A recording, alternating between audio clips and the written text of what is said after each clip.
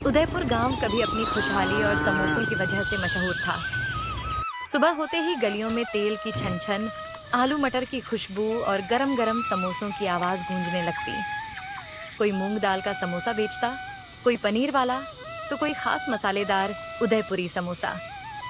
गांव के लोग हंसते खेलते शाम को चाय के साथ समोसे खाते और सुकून से रहते थे। लेकिन एक दिन सब बदल गया। उस दिन के बाद एक एक करके सारे समोसे वाले अपने ठेले लगाना बंद कर गए। रात होते ही गांव में अजीब खामोशी छा जाती। कहा जाने लगा कि अंधेरे में एक भूत समोसे लेकर घूमता है।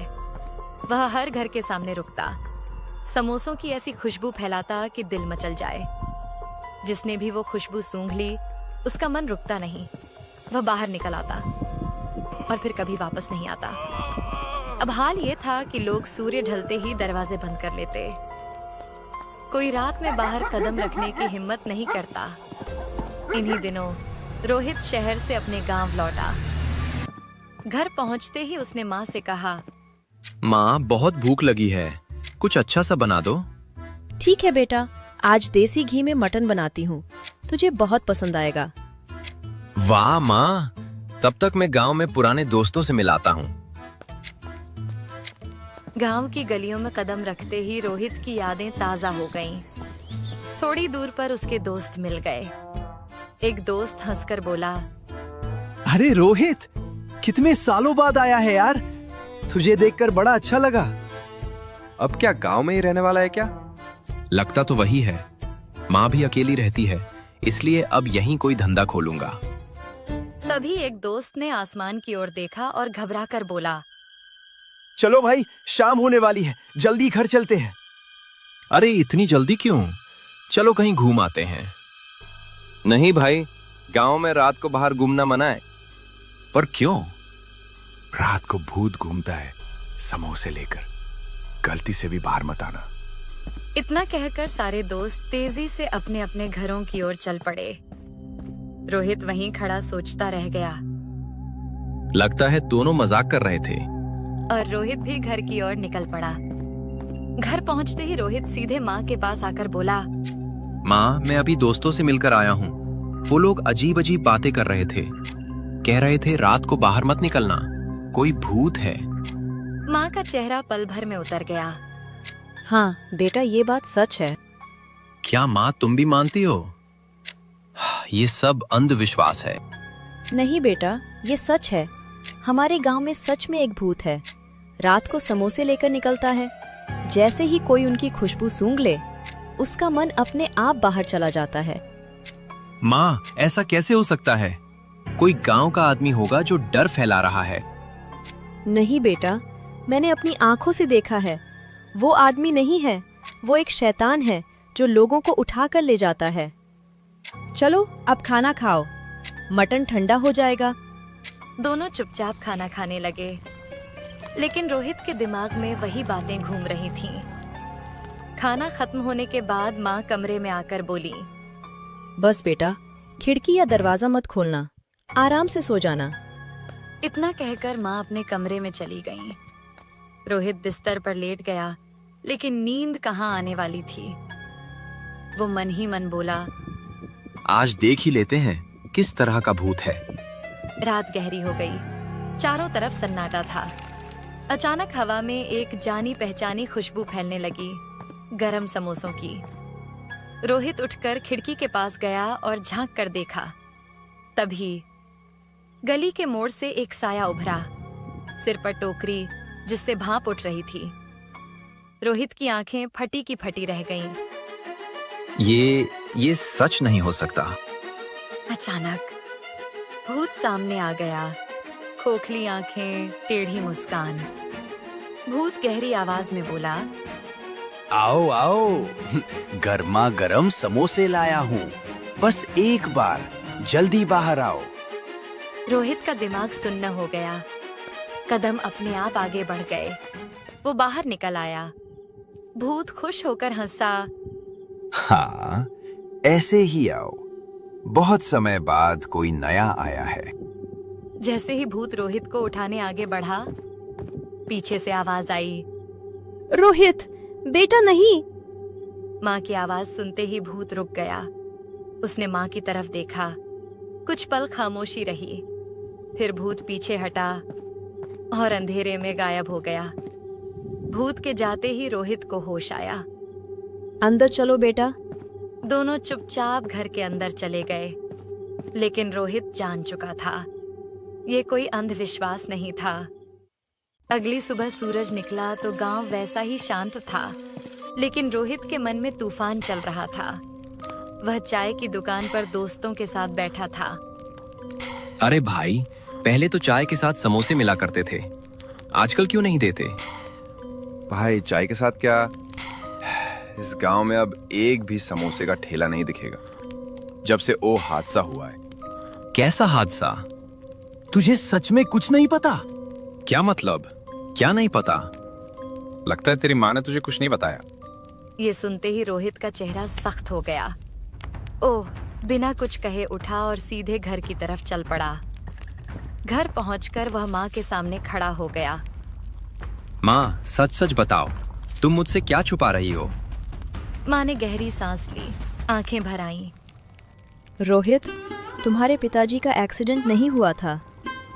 तो फिर? उन्हें गांव के सेठ ने समोसे के ठेले के साथ जला दिया था। ये सुनते ही रोहित गुस्से से आग बबूला हो गया। क्या? माँ, तुमने मुझे पहले क्यों नहीं बताया? मैं अभी उस सेठ को जान से मार दूंगा। नहीं बेटा, रुको। तुम्हारे पिताजी ने जाते जाते समझाया था कि ये बात तुम्हें कभी न बताऊं। इसी वजह से मैं चुप रही। अब मुझे मेरे पिताजी का कातिल पता है, मैं चुप नहीं बैठूंगा।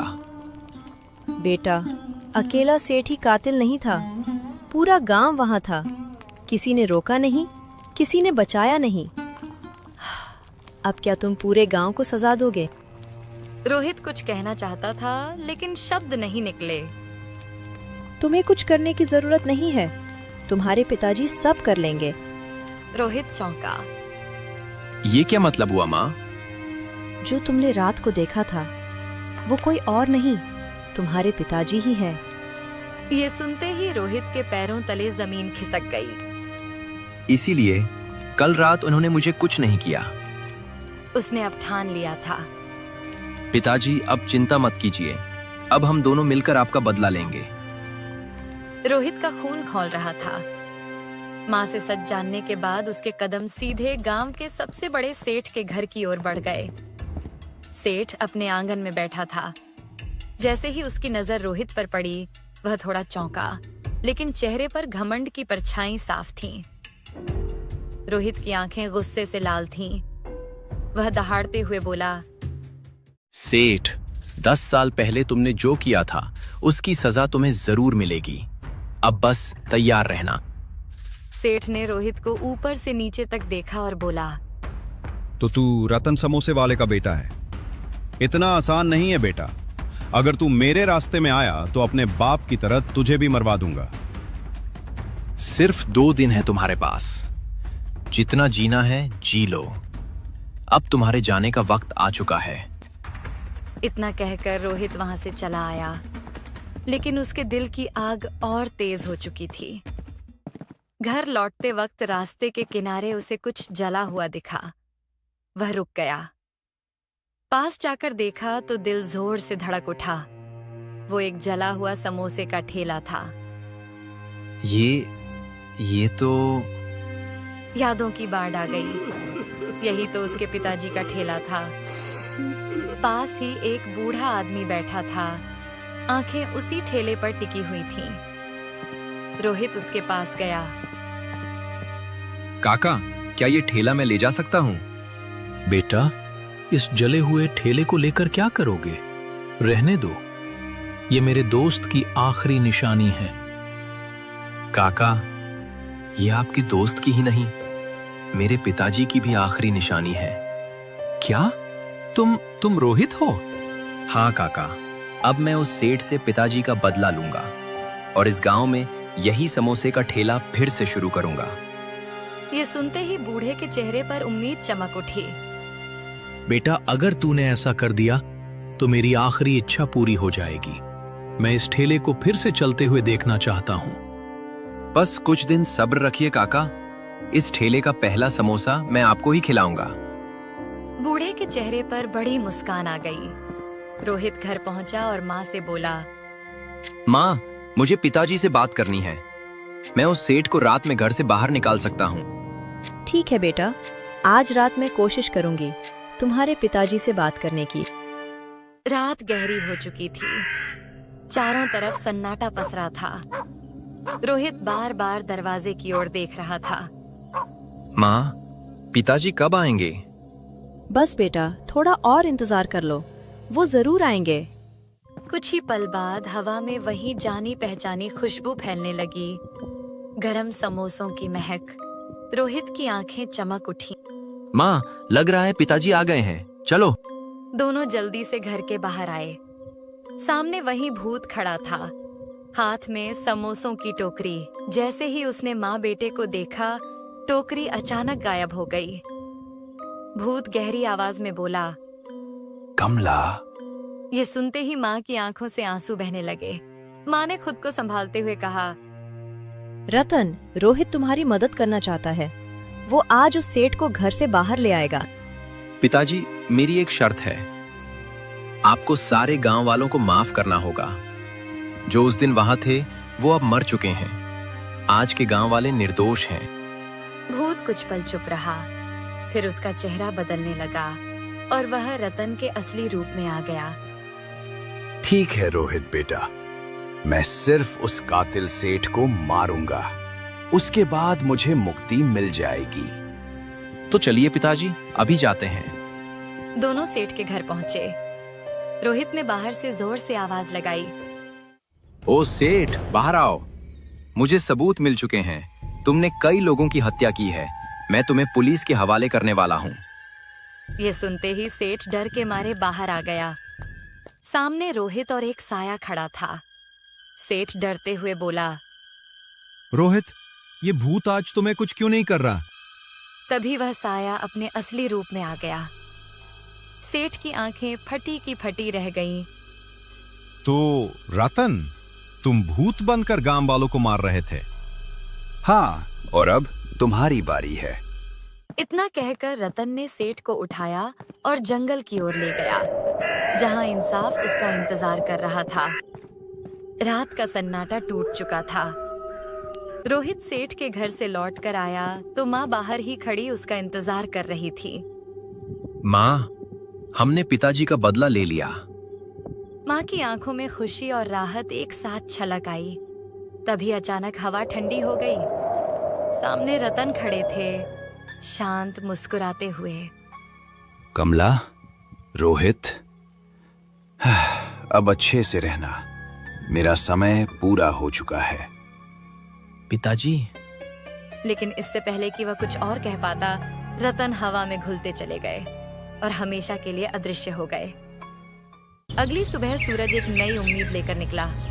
रोहित ने अपने पिताजी के जले हुए ठेले को अच्छे से नया बनाया और ऊपर बड़े अक्षरों में लिखा था, रतन समोसे वाला। जैसे ही ठेला खुला, गांव वाले हैरान होकर रुक गए। एक आदमी गुस्से में बोला, अरे भाई, इस गांव में समोसे का ठेला लगाना मना है, बंद करो ये। मना था, अब नहीं है। अब इस गांव में फिर से रतन समोसे वाला ठेला लगाएगा। इतने में वही बूढ़ा काका आ गए। ठेला देखकर उनकी आंखें भर आईं।